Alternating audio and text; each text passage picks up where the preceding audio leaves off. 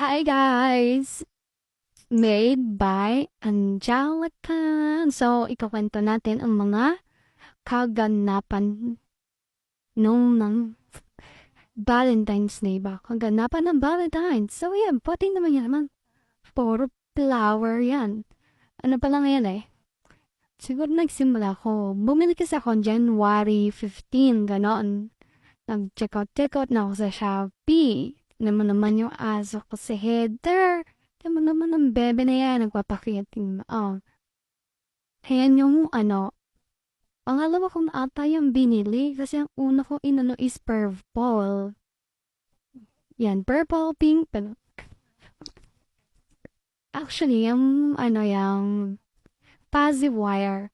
First time ko lang siya gumawa. O, diba? Ayan, pink na pink pa nga.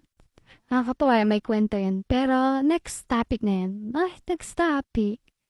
So, etong ginagawa kong Paziwar is first time ko lang siya gumawa. Dahil na natitrend, so, anong gagawin ko? Siyempre, susubukan ko. Di naman yung kutsilyo ko. Ay, ngayon is February 15. Siyempre, kakatapos nga lang ng Valentine eh. O, tingnan mo na ka. Mabilis na. So, ano pa ba ang mga naganap? Siyempre, ganito yan. Una, wala gano'n nag-order sa atin. Pero gumagawa lang ako. Dahil, alam kong maraming order sa akin. Tapos, nung mga pagdating ng January ng katapusan, ayan na be, sunod-sunod na sila. Tapos, gumagawa ko ng maliit para sa mga estudyante talaga. Yung malalaki, ayan talaga yung kung sino yung mag-order, nagawa ko. Kasi, malaki siya. Para sa akin, baka hindi kayanin ng mga estudyante na bumili. Kaya gumagawa ko ng maliliit, ganon. At saka, ang flower ko is mura lang. Hindi ko talaga tinataasan. Alam natin na mura lang ang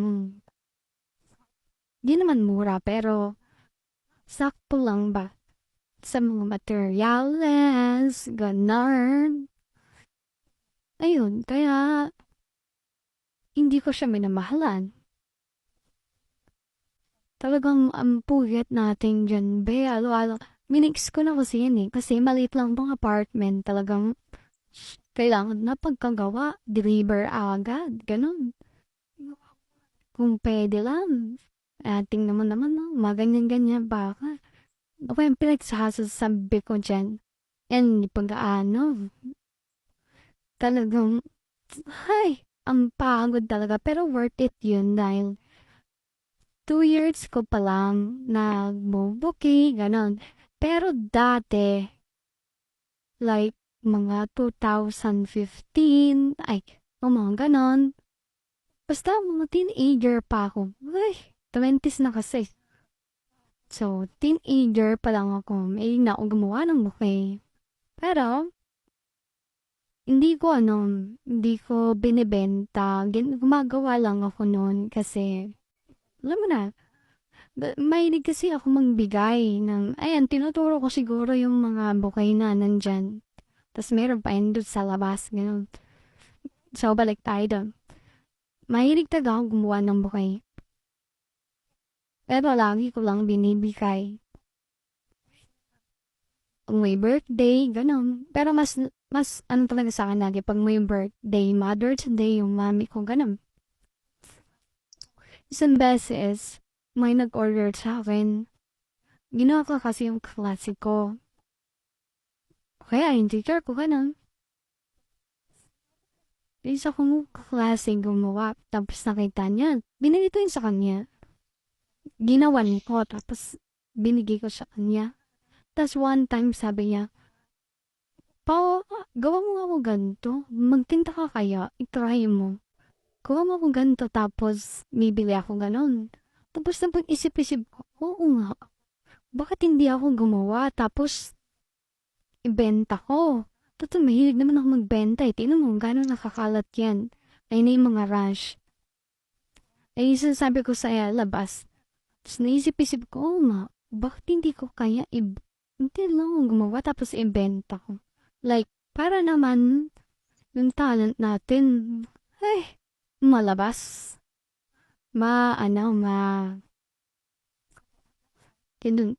Nasisip ko lang naman yun. Tapos, ayun, tinry ko ng ibenta. Una, medyo, last year, marami.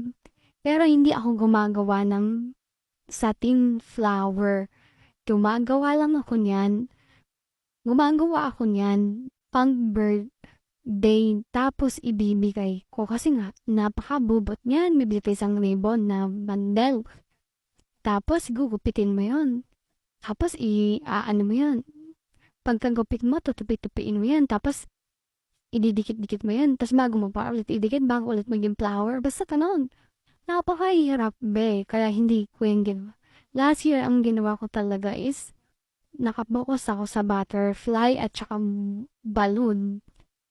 Naalala ko pa nga nun, pinakamababa ko is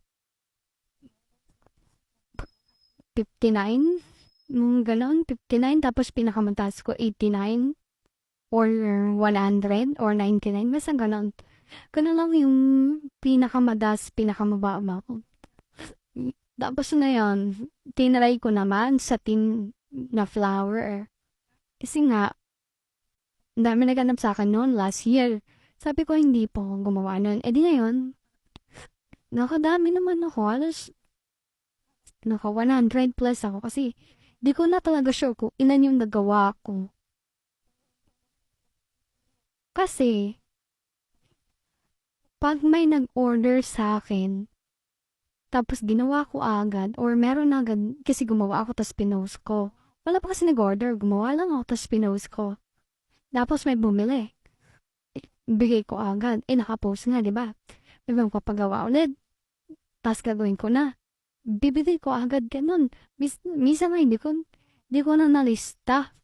Hindi ko na nalista kung sino-sino, ganun. Noong kahapon, February 14, di ko na alam kung sino yung mga nag-order. Di ko na nga rin na-chat yung iba nga na-cancel ko pa be. Nagpakalaking ko nun. Kasi nag-ano sila. Hindi ko na kaya mag-deliver. Yung pamangkin ko, hindi na rin kaya mag-deliver dahil nga may pasok siya. Hindi ko sure, dalawa atak na malalaki na tag 350 yung hindi ko nabigay dahil kinulang ako sa oras. Dahil nga may nag-order sa akin ng madami, kaya yun, hindi ko nabigay. So sad. I mean, hindi lang pasensya. Kasi, sila din, dahil nga hindi rin naman sila nag-chat, kaya hindi nag-remind. Pero yung iba naman, yung isa naman nag-chat. Be, paano ko man madadala? Kasi, hindi ko kaya dahil wala naman ako. Ako yung gumagawa. Ako din nagdi-deliver. Hinihintay ko lang yung jawa ko mo eh. Tapos ipapaano ko sa kanya. Kaso, nung nakaraan, gusto ko na ipano sa kanya. Di ako makakasama. Boom! Paano? Diba? Paano niya madadala yung bouquet? Sniper yung motor namin. Hirap na hirap siya malayo yun. Like, may mga bus, ganun. Mas malayo sa amin yung di-deliveran. Kaya, kinancel ko na lang dahil hindi ako makakasama dahil mas merong akong nire-reach na order na sobrang dami. Tapos napapagod na rin talaga ako. 13 kasi ang usapan namin na deliver. Kasi napagod na akong be. Kaya yun. Sana next year meron na ako talaga deliver yung pamangkin ko dyan. Shoutout sa'yo, Tin. Ay, shoutout pa nga. Pero ganun pa man, subalit dapat what ay maraming salamat sa inyo sa walang sawang pang-suporta sa akin. Ay, walang salamat talaga dahil nag-order kayo, nagtiwala ulit kayo para ibigay ninyo sa inyong mga minamahal. sa mga iba dyan na, tingnan mo, kinakarton ko yan. Kung ilan yung karton na yan sa motor, sinakay ko 5 yan. Isa sa harap, 4 hawak ko. Ganyang kalaki be.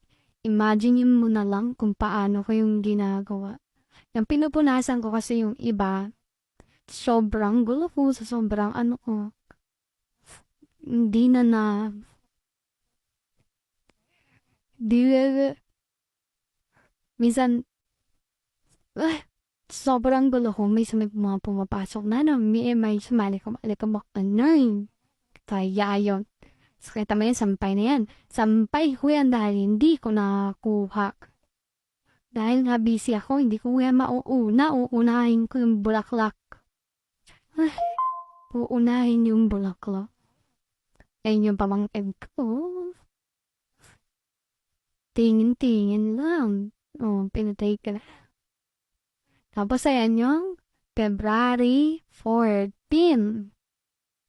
Opo, February 14 ko lang nagawa. Ganyan-ganyan pa ko. Talagang masakit na ang likod ko.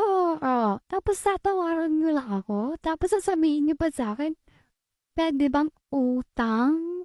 Visit. Ay, sorry. Pero wag naman ganun, be. Kasi, bayad lang sa akin dyan. Pasdo, puyat, sakit ng likod. Masakit ang likod ko talaga, promise. Kung 3 araw ako nagpuyat, 3 araw ako nakayuko. Tapos tatawaran nyo lang ako. Ay, nagalit. Hindi ganun yun.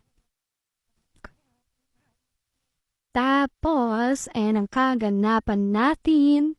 Ano ba ako mismo sa labas gumagawa. Para lang, doon ko lang nilagay. Pero nagpapasalamat talaga ako dahil tumawag Hindi.